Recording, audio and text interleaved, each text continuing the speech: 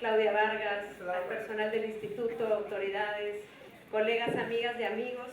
Es un gran gusto saludar esta tarde a la doctora María Marván Laborde, al doctor Mauricio Merino y desde luego al doctor Lorenzo Córdoba Vianello, cuyo libro presentamos hoy.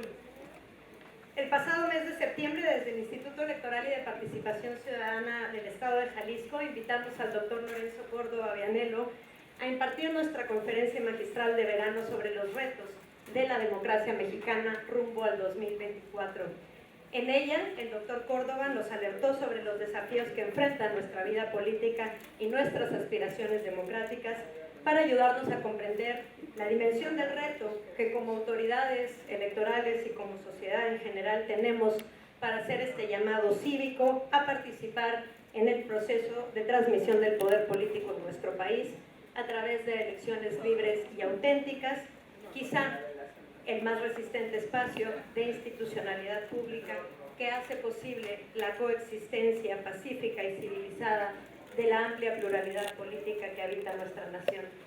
El doctor Córdoba nos habló del estado que guarda nuestra democracia, de las pulsiones autocráticas que la amenazan, del contexto político y social en que se desarrolla esta amplia y dura competencia política y puntualizó con gran asertividad en dónde debemos poner nuestra atención para hacer prevalecer este régimen que aún en su estado germinal, incompleto, aún con sus desafíos y sus contradicciones, es el mejor arreglo posible para posibilitar la vida en sociedad, porque es el único que parte del reconocimiento de la igualdad entre las personas, una sociedad de semejantes, así como de la pluralidad y la diferencia de intereses, ideologías y formas de pensamiento que caracterizan a las sociedades humanas libres, y es sobre ese entendido, a partir de ese reconocimiento elemental, que hace posible su coexistencia pacífica y civilizada mediante la toma de decisiones colectivas a través del diálogo, la representación pública, mediante y a través de la participación informada y su instrumento fundamental, el voto. Por su pertinencia e incuestionable relevancia, el IEPC recogió esta conferencia magistral en una breve, pero muy rica y sustantiva publicación que forma parte de nuestra colección editorial Caleidoscopio y que hoy presentamos con un panel de espléndidos expertos, personas que han sido piezas centrales de la construcción de la democracia mexicana. Por eso, en nombre del Instituto Electoral y de Participación Ciudadana del Estado de Jalisco, agradezco enormemente a María Marván, a Mauricio Merino y desde luego nuevamente al doctor Lorenzo Córdoba Vianello por estar aquí en la FIL para presentar este libro. Nuestros comentaristas no requieren mayor presentación, ya son conocidos y conocidas por todos y todas. Los tres tienen una amplia y reconocida trayectoria en materia electoral como consejera y consejeros del Instituto Federal Electoral, desde luego también del INE y consejero presidente, todos en distintos periodos. Son investigadores académicos de alta talla, militantes de agendas por los derechos civiles, de los contrapesos democráticos, de la transparencia, la rendición de cuentas, la pluralidad, la verdad, el diálogo y la exigencia. Así es que para ceñirnos a los rigurosos tiempos que nos ofrece esta magnífica feria que hoy termina, no diré más para ceder el uso a quienes de verdad merecen ser escuchados y escuchadas. Doctora María Marván, tiene usted el uso de la voz.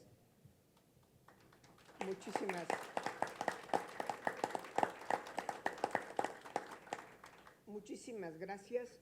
La verdad me dio muchísimo gusto cuando me invitaste, Paula. Es un honor estar aquí. Es un placer estar en la FIL. Quizá ustedes ya están acostumbrados, pero sigue siendo un centro de encuentro, de discusión, de conocimiento, de muchas cosas, y esperemos que así siga. Compartir la mesa con Mauricio, con Lorenzo, contigo, Paula, de verdad es un gran honor, un gran gusto. Y hablar sobre los retos de la democracia en México, sobre la conferencia que vino a dar aquí el ex consejero Córdoba. No se dice consejero en retiro, ¿verdad? No. Como a los ministros, no los quieren tanto. El consejero en retiro, la verdad me da muchísimo gusto. En el libro que hoy presentamos, le decía yo a Paula al principio, yo no vengo a hacer un resumen del libro porque se trata de promover el libro para que lo compren. Aquí ni siquiera lo tienen que comprar, simplemente lo promovemos para que lo lean. Y por supuesto está mucho mejor escrito de lo que yo voy a decir ahora, pero tiene cosas que creo que vale la pena resaltar, con las que me gustaría dejarlos picados para que realmente se dediquen a leerlo. Por supuesto es un libro chiquito, de lectura fácil, sencillo, que nos habla de retos tanto nacionales como mundiales del momento en el que estamos viviendo. Es decir, hay retos específicos del proceso electoral de 24, son los que dejaré para la segunda parte, pero los enmarca en los retos internacionales que estamos viviendo. Estamos en un momento de gran desafección democrática. Por muchos años le pedimos, y le pedimos en términos globales, a la democracia que resolviera muchos problemas complicados, problemas que nos deben preocupar. Quizá el más relevante sea la desigualdad económica, que no le tocaba resolver a la democracia procedimental como tal. Y como le hemos pedido mucho, pues las decepciones han sido muchas también. Algunos de ustedes habrán hecho cartas a Santa Claus cuando eran niños y pues en el árbol encontraba uno bastante menos de todo lo que pedía. Hagan de cuenta que más o menos así le hicimos a la democracia. Nos cuesta todavía mucho trabajo entender que la democracia procedimental, lo que le podemos pedir es lo que nos puede dar, y es realmente darnos unas reglas, un procedimiento, una garantía que podemos votar por quienes nos van a gobernar, los podemos correr del gobierno en su momento dado y les podemos exigir ciertos mínimos de responsabilidad. Creo que en ese sentido la democracia en México no nos ha salido a deber. Claro que si le pedimos que resuelva el problema de la migración, de la economía, del hambre, de los niños maltratados, pues entonces ya estamos en otro tema, ¿sí? Eso nos ha llevado a un nivel de cuestionamiento sobre la democracia muy importante, que además en el mundo, no solo en México, se ha ido agudizando una polarización importante, en donde hemos ido perdiendo la característica esencial de la democracia. En la democracia no somos todos iguales, ni queremos pensar todos lo mismo. Reconocemos el pluralismo, pero nos vemos de frente, nos hablamos, discutimos y llegamos a soluciones comunes. La polarización no solo reconoce las diferencias, exacerba las diferencias, pero nos hace voltearnos de espaldas, no escucharnos, gritar cada vez más fuerte y además irnos alejando, porque dicho metafóricamente, cada vez estamos más atarantados de oír las necedades del otro porque no estamos dispuestos a escucharlas. En ese ambiente general nos vamos a la elección de 24, donde el exconsejero Córdoba nos plantea varios dilemas que en septiembre eran importantes, no pudo prever otros que ahora son importantes, falto de imaginación que es él. No se le pudo ocurrir que un gobernador iba a querer ser precandidato, pero mejor gobernador, que iba a renunciar, pero no iba a renunciar, que iba a tomar el Congreso por asalto, en fin. Ese es otro tema, pero sí que podemos encontrar cómo enmarcarlo en los principales temas que a él le preocupaban entonces y le preocupan ahora. Uno de estos temas es, por supuesto, la cuestión interna del INE y en particular del Consejo General.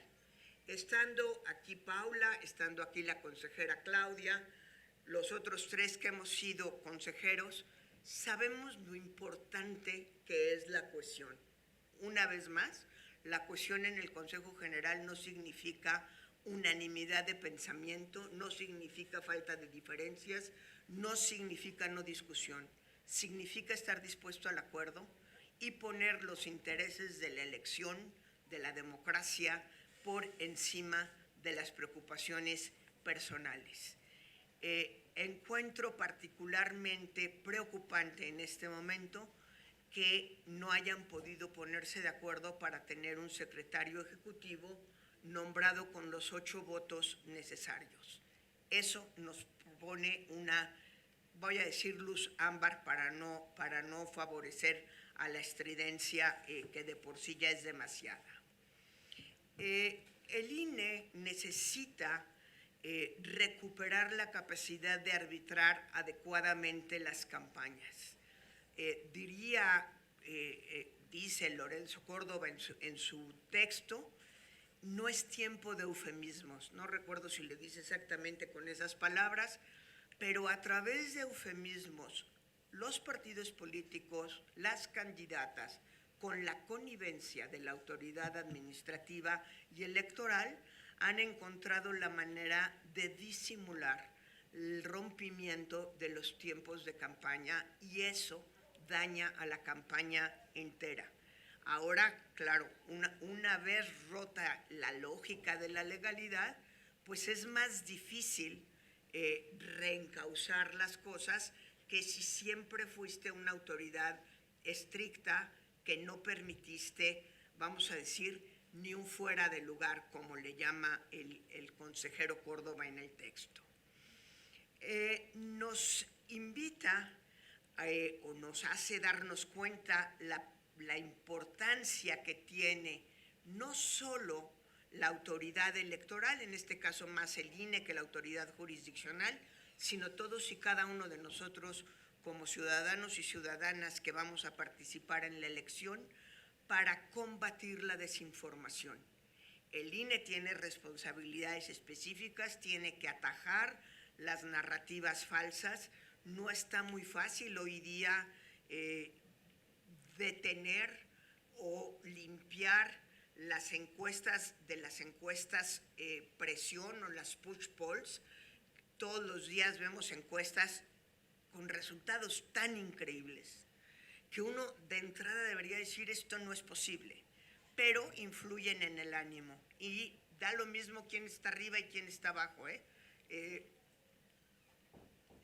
Hay que reforzar el uso de canales y servicios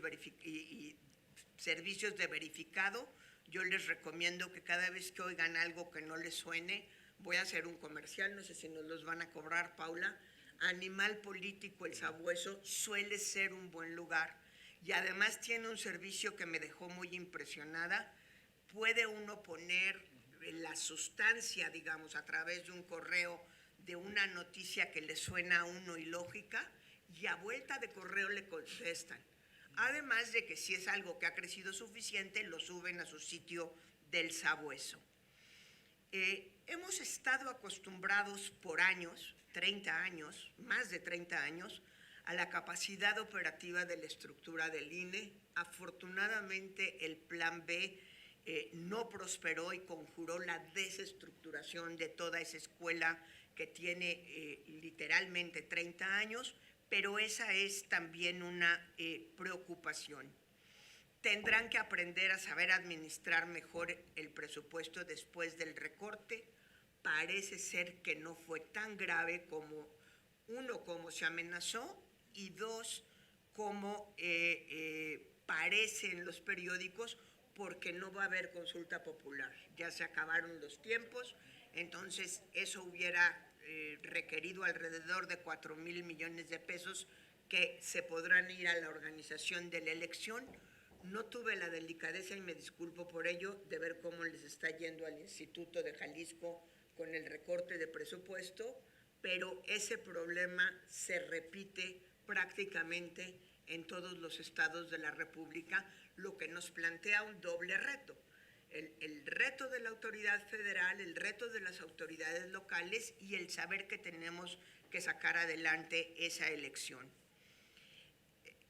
muy cuidadoso, que es él, simplemente dice conducir el proceso en paz y con respeto al orden público.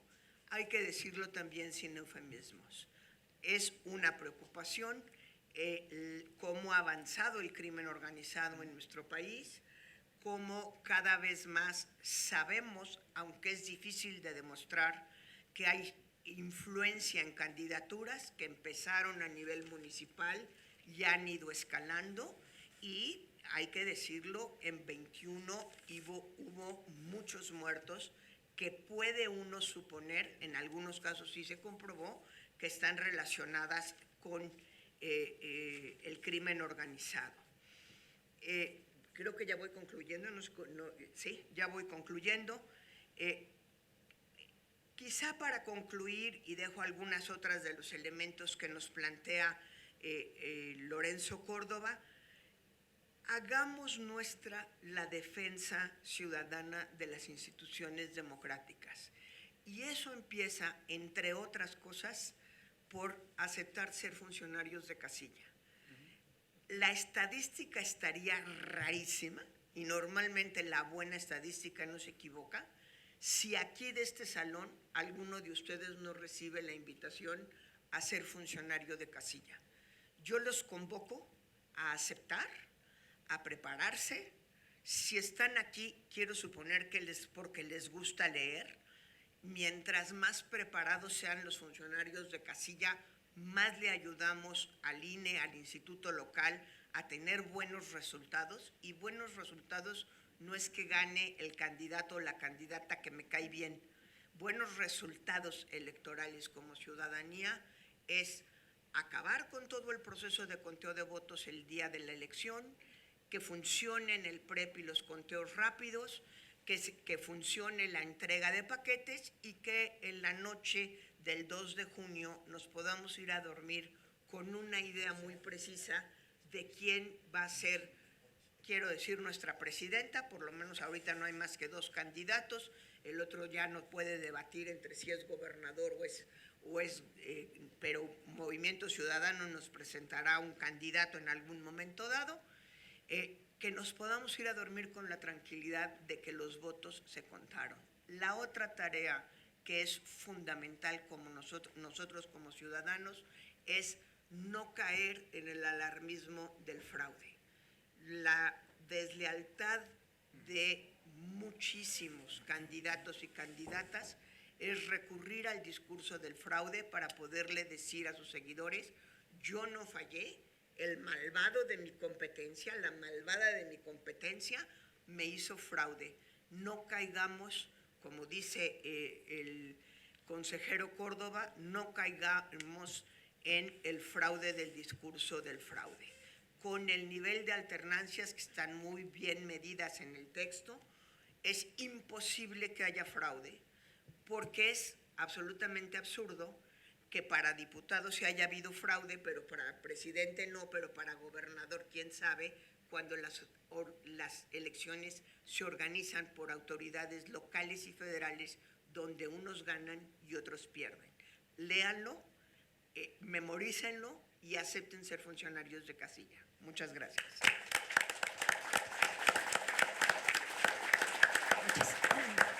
Muchísimas gracias a la doctora Marván. Vamos a escuchar directamente al doctor Mauricio Merino. Adelante. Muchas gracias, Paula. Bueno, primero, 1000 gracias, porque estoy con 3 personas a las que admiro mucho, mucho y quiero mucho, porque de veras que le han dado una gran cantidad de cosas a este país, sobre todo le han dado dignidad. Es la segunda vez que tengo la oportunidad de estar en una presentación en el IEPC, convocada por el IEPC, y por segunda vez diré, aprovechando que están todas y todos ustedes, que yo estoy muy tranquilo, porque estoy seguro de que las elecciones de Jalisco van a estar impecablemente bien conducidas. Paula Ramírez es una servidora pública muy experimentada y muy comprometida y muy seria. Entonces, no tengo la más mínima duda. Muchas gracias por la invitación, querida Paula. Además, este es un libro que, aunque viene firmado por Lorenzo Córdoba, es en realidad un libro a 2 voces. Estará de acuerdo el autor, porque está Paula Ramírez detrás. Hay hay una presentación muy cuidada de la propia Paula Ramírez a Lorenzo Córdoba, y hay una conversación al final entre Paula Ramírez y Lorenzo Córdoba que hace, que enriquece la que ya de suyo es una magnífica conferencia del doctor Córdoba, que como ya ha dicho María Marván, que siempre que habla antes que yo, ya me inhibe porque ya dice todo lo fundamental. Es una magnífica conferencia que se recupera con muy buen toque en este libro publicado por el IEPC. Ya lo dijo María. Yo, aprovechando esa presentación que acaba de hacer María Marván, pues me voy a ir por otro lado. Primero, creo que hay que escuchar lo que nos dice Lorenzo Córdoba con mucha atención por dos razones. La primera es porque tiene una larga experiencia acumulada como consejero del IFE y del INE, como presidente del INE, 11 años, estaba corroborando con él hace un momento, y que pues yo creo que eso ya de suyo tiene un valor enorme. Ha sido además un experto en la materia electoral desde antes de entrar al INE, al IFE. Ya era una voz muy potente en el Instituto de Investigaciones Jurídicas desde muy joven en esta materia, y la experiencia que él ha acumulado no es solamente una experiencia burocrática, esta es la segunda razón. Lorenzo ha vivido tiempos muy difíciles en su estancia en el INE. María también fue consejera y también enfrentó momentos muy duros, yo mismo hace mucho más tiempo, pero no sé si María me va a corregir o no, pero creo que las dificultades que enfrentamos nosotros, aun siendo muy duras, cada uno en su momento, no se pueden comparar con las que ha tenido que librar Lorenzo Córdoba, la verdad. Y no se pueden comparar porque Lorenzo Córdoba primero lo hizo desde una posición que encabeza una institución que ha sido atacada brutalmente, diría yo, uso el adjetivo deliberadamente, o sea, brutalmente ha sido atacada desde el poder. Nosotros, en nuestros distintos tiempos, enfrentamos a los partidos de oposición, enfrentamos momentos complicados, el PMSK, amigos de Fox, elecciones competidas, pero no recuerdo que hayamos vivido una ofensiva reiterada, sistemática, orquestada, planeada, terca, en contra del órgano mismo electoral y en contra de quien encabeza el órgano electoral, no solo Lorenzo, sino todo el Consejo General en su momento. Fue y ha sido rudísimo. Desembocó además en el Plan B, que afortunadamente no llegó a prosperar. Debo decir que no ha llegado a prosperar, es quizá el mejor fraseo del tiempo verbal, porque ahí está. Les recuerdo a ustedes que se interrumpió por razones procedimentales, no por el contenido mismo del Plan B, y es altamente probable que vuelva otra vez a discutirse en el Congreso. Y no está muerto el Plan B, se quedó suspendido por la entrada del proceso electoral, nada más. Cosa aventurosa porque ya estamos en el proceso electoral, pero no quiere decir que haya concluido. Y enfrentó además Lorenzo Córdoba, otras consejeras, consejeros, pues esta mecánica en la que la deslealtad de los partidos tampoco se modificó. No es que se hubieran hecho dos bloques, uno firmemente en defensa del INE y el otro desde el Estado golpeando al INE. No, los partidos siguieron con su juego y siempre hacen esto que ahora se llama el lawfare, ¿no? En inglés. Es decir, el uso de la ley para fines aviesos, para lastimar la ley, no para exigir que se cumpla, sino para golpear al de enfrente. Lo veíamos el otro día en el Seminario Internacional de Rendición de Cuentas, que ha hecho mucho daño en todo el mundo. Todo eso, no me quiero extender más, lo ha vivido Lorenzo Córdoba con intensidad. Y si ya había necesidad de escuchar su voz como titular del instituto, yo creo que ahora hay que escucharla con mucho más atención, porque ya está liberado de esa responsabilidad y esta experiencia acumulada nos puede ser muy luminosa.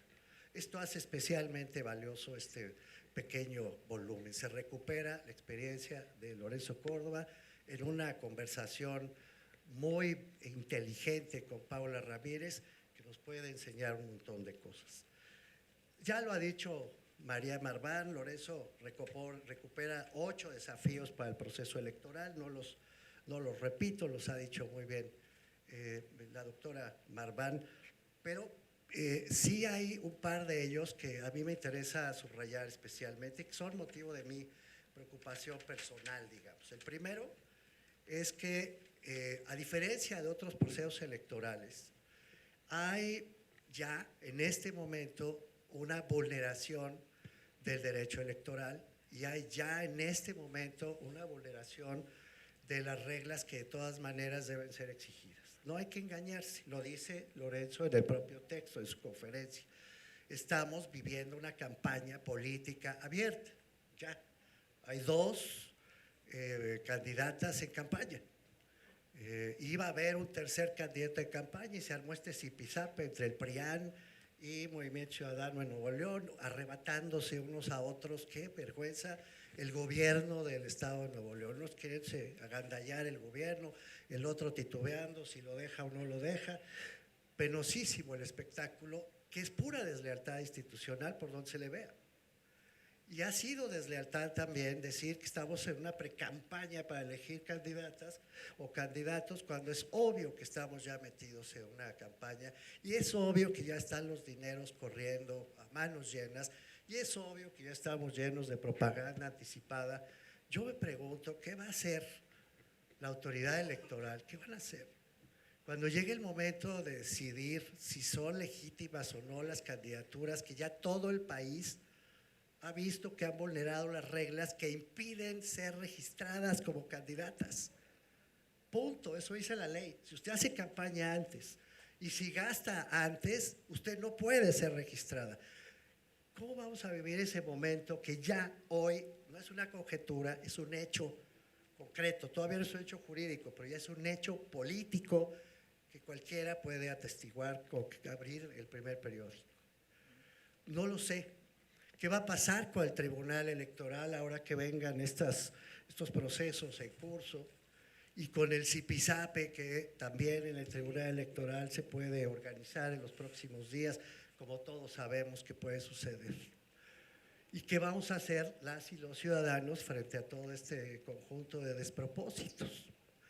A eso nos llama Lorenzo Córdoba. Él hizo todo lo que pudo, de veras hay que reconocérselo. Hay quienes lo han criticado, y hay que decirlo también en voz alta, por ser demasiado vocal, digamos, peleonero. Y sí, Lorenzo ha sido muy peleonero, desde chiquito, por cierto. De casta le viene al galgo, digamos. De casta le viene al galgo. Pero eso no significa que haya él creado los problemas que enfrentó, sino que salió a pelear, salió a defender a la institución y la verdad es que lo hizo a riesgo de su propia integridad personal. Pero fuera de eso, la verdad es que hoy no tenemos, lo digo respetuosamente, una voz, una figura pública con la misma autoridad moral, con la misma fuerza para defender a esta institución. Yo quiero darle el beneficio de la duda a la consejera presidenta Taddei, pero hasta ahora, por lo menos lo que hemos visto, por decirlo menos, es que es menos, digamos, vocal, menos, no encuentro la palabra, menos convincente en la defensa del instituto que el consejero presidente anterior. Se le ve débil, la verdad. Y se ve que habla demasiado con el presidente y fueron a verlo a Palacio y platicar, en fin, cosas que la verdad inquietan muchísimo porque no se puede, a partir del antecedente de agresiones que ha vivido este organismo autónomo, que lo era sin duda, pues empezar a titubear con esa autonomía. No se puede porque ya están vulnerando las reglas, insisto. El propio presidente hace campaña diario, desde la mañanera diario, y eso también está prohibido. Los funcionarios hacen campañas de todos sus espacios. Todo lo que están haciendo está prohibido. Bueno, algunas cosas no estarán prohibidas, pero muchas otras francamente prohibidas y aún así lo están haciendo. Cuando vino el Plan B, mucha gente salimos a la calle a defender al órgano electoral y eso de alguna manera ayudó. Me pregunto si aún saliendo a la calle, con la mayoría que tiene el partido del señor presidente y con una corte menos firme, de todas maneras se habría pasado el plan B, aunque la gente hubiera salido a la calle, sospecho. Fue la combinación de todos estos elementos, la corte, la calle y la defensa que hicieron desde el INE con estrategias jurídicas y también políticas muy bien articuladas, pues la que permitió llegar a este proceso electoral con las mismas reglas previas. Pero en cualquier momento se nos pueden caer esas reglas previas y yo creo que no tenemos, la verdad, el blindaje suficiente para poder afrontar lo que estoy diciendo. Es decir, de hecho, les confieso, si yo en este momento fuera consejero electoral, me pensaría 2 veces el discurso que estoy haciendo, porque lo cierto es que ya se vulneró la ley y en consecuencia hay que actuar de conformidad con la ley. Tenemos el blindaje político, tenemos la conciencia democrática suficiente para poder decir, perdonen, pero se ha vulnerado la norma y mayoría o no mayoría, lo que se tiene que hacer es rescatar el Estado de Derecho, como nos lo dice Lorenzo Córdoba una y otra vez en este mismo documento. Es una cuestión muy delicada. Nos llama María a aceptar ser funcionarios de casilla siempre que se puedan poner las casillas, porque está el crimen organizado, organizado también para vulnerar la elección donde no se sienta conforme. Nos llama a hacer una labor cívica suficiente, pero hombre, sin violencias, sin la eterna deslealtad institucional de los partidos políticos, que insisto, ha sido realmente especial durante este proceso electoral, inédito iba a decir, pero lo han hecho muchas veces, lo que pasa es que ahora lo están haciendo peor, cada vez peor. Y nos llamamos todos a defender nuestra democracia. Pero todos somos muy pocos. El propio Lorenzo nos recuerda los datos del Latinobarómetro, donde ya proclives a la democracia, los datos son tremendos, son 35%, ya no somos la mayoría. Mientras que proclives al autoritarismo o indiferentes, ya son 61% de quienes responden esta encuesta del Latinobarómetro. Tenemos el blindaje, tenemos las agallas y tenemos la conciencia para impedir que esta polarización que está dañando al mundo entero acabe por arrastrarnos en México. Quisiera responder, sí, sí la tenemos. Y a mí me encantaría que hubiera muchas más personas como María Marván, como Paula Ramírez, como Lorenzo Córdoba, que se multiplicaran para poder defender esta democracia que evidentemente está en riesgo y cuyos desenlaces todavía son de pronóstico reservado. Termino diciendo gracias, Lorenzo, por todo lo que has hecho, gracias de corazón y gracias porque sé que lo vas a seguir haciendo, que aún fuera del cargo que con tanta dignidad tuviste durante todos estos años, tu voz va a seguir siendo escuchada, va a seguir siendo potente y te suplico que no te calles, aunque te acusen de vocal en exceso, no te calles, te necesitamos. Muchas gracias.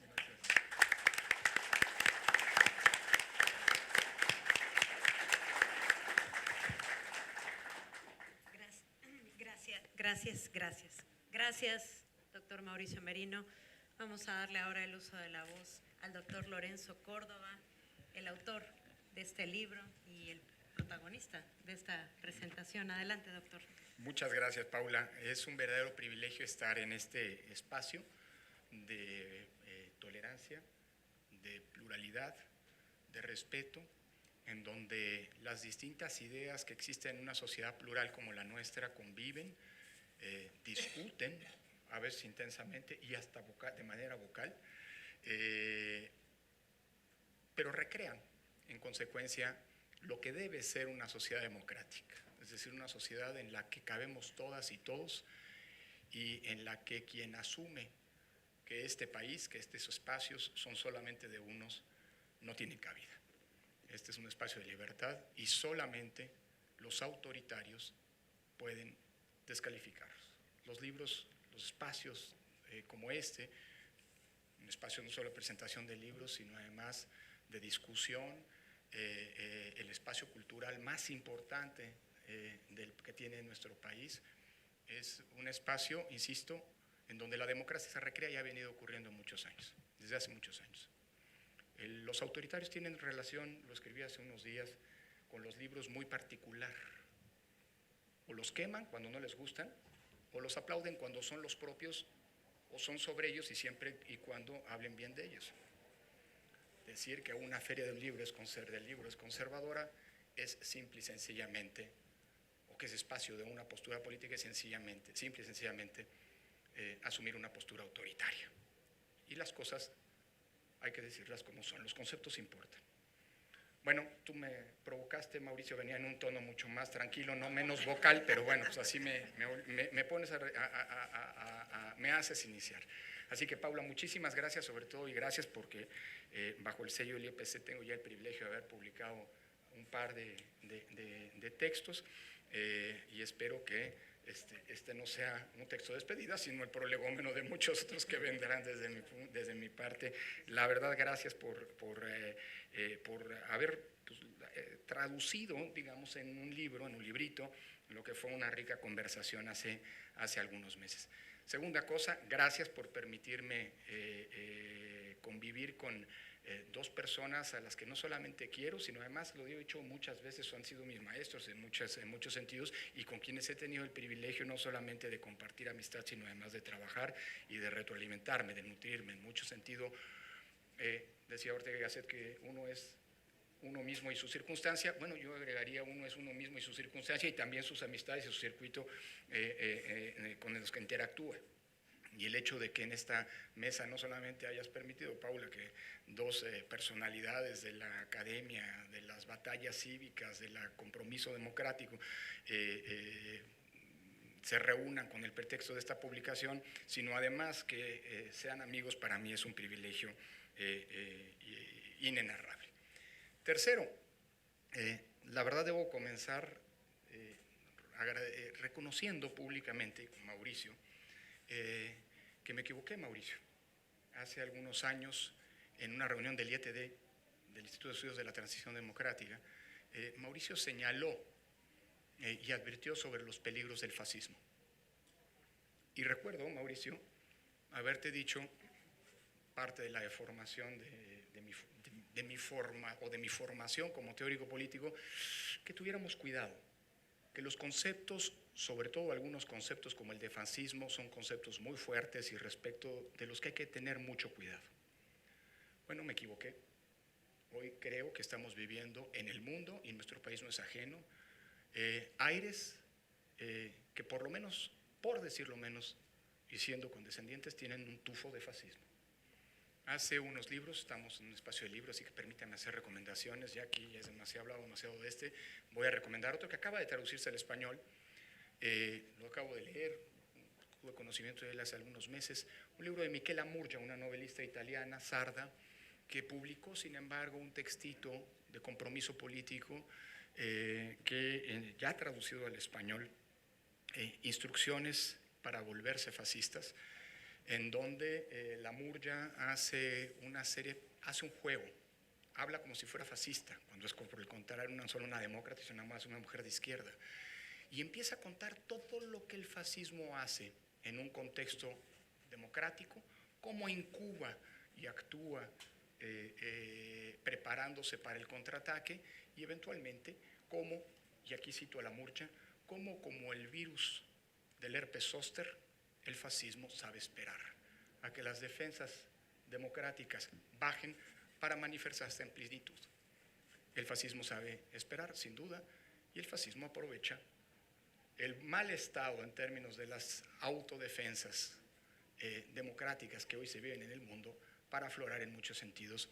Y mucho de lo que ocurre hoy, siendo un aspirante o pretendido académico que pretende ser riguroso con los conceptos, mucho de lo que hoy estamos viendo debe alertarnos, porque clara y abiertamente implica derivaciones, por decirlo de manera light, de manera suave, autoritarias, para decirlo con todas sus letras, tufo fascista. Y lo que ocurre en nuestro país es parte de ello. Este texto se escribió o se dictó, esta conferencia se dictó hace unos meses con la preocupación de un proceso electoral que estaba arrancando y una serie de hechos que se presentaban como problemáticos y que desde entonces ya se avisoraban como una novedad del proceso electoral. Hay muchas novedades, hoy podríamos agregar muchas otras, conceptos, lo platicaba con Jacqueline Pecharda hace unos días, conceptos como el de precampañas ya están más que rebasados. Es decir, las precampañas ya no sirvieron para lo que se necesitaba, es decir, contener en un espacio temporal las ínfulas de proselitismo de los actores políticos para garantizar ciertas condiciones de equidad de la competencia. Y además, pues bueno, sí nos encontramos en el camino con ciertas anormalidades que tuvimos que ir normando, ¿no? Las precandidaturas únicas, bueno, pues ahora solamente hay precandidaturas únicas, antes eran 3, ahora son 2, y bueno, lo que venga seguramente será otra en el mejor de los casos. Así que muchas de estas cuestiones hay que irlas ponderando y las preocupaciones están presentes. Los 8 grandes desafíos que hace unos meses identificaba están presentes, algunos se han concretado ya no como amenazas futuras, sino como hechos concretados. Llevamos un mes con un tribunal electoral incompleto, es el órgano que va a calificar la elección presidencial, y si bien la propia ley orgánica del Poder Judicial nos da la salida, porque la calificación la tendrán que hacer 6 magistrados, hoy hay 5, pero se puede recurrir a las salas regionales para poder suplir, en términos de legitimidad no es lo idóneo. La posibilidad de recortes presupuestales ya está allí. María actualizó un par de cifras adicionales. Sí, si se quitan los 3.500 millones de pesos que el INE había previsto para la consulta popular, que ya sabemos ahora sí que no va a haber, pues el recorte efectivo son 1.500 millones, lo que convierte a esta reducción en la más grande para el órgano electoral en un año de proceso electoral. Casi el doble de lo que se le aplicó al INE en 2018, que fueron 800 millones. Espero que vuelvan a impugnar, porque ya se habían ganado batallas procesales importantísimas ante la Suprema Corte. Está el tema del arbitraje. Sabemos hoy que hay miles, cuando digo miles no estoy hablando de eufemismos. La última cifra hace varias semanas es que había cerca de 3.500 quejas a propósito de actos anticipados de precampañas, lo cual habla de un arbitraje que va a estar colocado permanentemente al límite. La deslealtad democrática en términos narrativos está allí, y ojalá el INE sea capaz de detonar, no digo una respuesta vocal, pero sí una respuesta, una contranarrativa a estas que están alimentadas por parte de los actores políticos, por parte de los actores gubernamentales, de una profunda vocación, pues, por decirlo menos, de deslealtad democrática o de poco apego a las reglas y a los compromisos democráticos. En fin, vamos a una elección compleja, por decirlo menos. Es una elección, como están siendo las elecciones en los tiempos que corre la democracia, imprevisible. A mí me dicen, bueno, pues esto ya se resolvió, ¿no? Dije, miren, tanto como se había resuelto, según las encuestas, la elección en la segunda vuelta en Argentina, que le daban 6 puntos de ventaja a Massa, y miren qué acabó pasando. Es decir, los humores, las sensaciones están a flor de piel, y la ciudadanía es una ciudadanía voluble, que además, por cierto, ejerce su voto el día de la elección, no cuando llega un encuestador, en el mejor de los casos, a preguntarle por quién quiere votar. Mi punto es, partamos como siempre se hizo desde el INE, y eso nos lo enseñó tu generación, Mauricio, partamos siempre del peor escenario, preparémonos para ese, trabajemos para inocular los riesgos, y si al final del día no se presentan, pues bueno, más vale pasar por preocupones que por desprevenidos, ¿no? Las elecciones serán complejas, pero además, en el contexto en el que estamos, en buena medida se están convirtiendo en una especie de plebiscito. No quiero exagerar los términos, pero de alguna manera lo son, de reivindicación del compromiso democrático de nuestra sociedad, o de dejar la democracia al garete de los vientos y de los tufos autoritarios e incluso fascistas que hoy nos asolan. Sin embargo, y no quiero terminar esto, quedan unos minutos, pero como lo dije en su momento, mi intención es dejar preocupación en el ambiente, pero algo de optimismo, ¿no? El texto pretende, y tampoco voy a spoilearlo como no lo hizo, y agradezco a María, pretende terminar con una especie de agenda de lo que hay que hacer bajo una premisa. Y empecé citando a la Miquela Murgia, quiero terminar citando a otro autor que está contenido, lo cité en su momento en la conferencia hace algunos meses en esta publicación, que es a John Keane. Y es que Keane me parece que da el clavo en aquel libro publicado por el IFE y el Fondo de Cultura Económica, cuando todavía el IFE y el INE y el Fondo publicaban juntos. Ahora yo creo que eso ya se más complicado, pero bueno, no es culpa del INE, eso quiero que se quede claro. Vida y muerte de la democracia, en donde Keane hace un análisis de la historia de esta forma de gobierno a lo largo de la historia de la humanidad. Cuándo ha nacido y cuándo ha muerto las democracias de la Mesopotamia antigua hasta nuestros días. Y si bien las razones, las coyunturas, las causas de la muerte de una democracia, dice Keane, son múltiples y variadas, dependen de circunstancias muy distintas una de la otra, siempre hay un par de variables que están allí cuando una democracia muere. La primera de estas variables es que siempre hay alguien o algunos que buscan derruir la democracia, que la atacan, que quieren desmantelarla, que la quieren asesinar, déjenme utilizar la metáfora de la muerte. Y que cuando una democracia muere, al final del día lo consiguieron. Esos son los culpables de la muerte de la democracia, dice Keane, y estoy cerrando. Pero siempre hay otro factor. Siempre existe el hecho de que alguno o algunos dejaron a los primeros actuar. Por miedo, por indolencia, por indiferencia, por la razón que sea. Estos son los responsables de la muerte de una democracia. Quiero cerrar diciendo esto. Para que una democracia muera, para que una democracia se agote, se requieren siempre quienes estén dispuestos a dinamitarla, culpables, y esos los hay, y de manera abundante en los tiempos que corren, pero también se requiere que la ciudadanía, que los verdaderos creadores de la democracia, se crucen de brazos o por miedo o indolencia dejen a los primeros actuar. Siempre que no existe el segundo factor, la democracia estará en riesgo, pero no estará perdida. Y creo que de cara a una elección como la que viene, confiemos sí en el INE, exijámosle al INE y también al IEPC, porque siempre estas instituciones requieren el apoyo, pero no la incondicionalidad del mismo. Es un apoyo crítico, es un apoyo exigente, pero sobre todo defendamos a la democracia. Y esa es una responsabilidad colectiva, del mismo modo en que su construcción fue obra de todas y todos nosotros. Muchísimas gracias. Muchísimas gracias a todas y a todos por acompañarnos esta tarde. Que tengan un excelente domingo.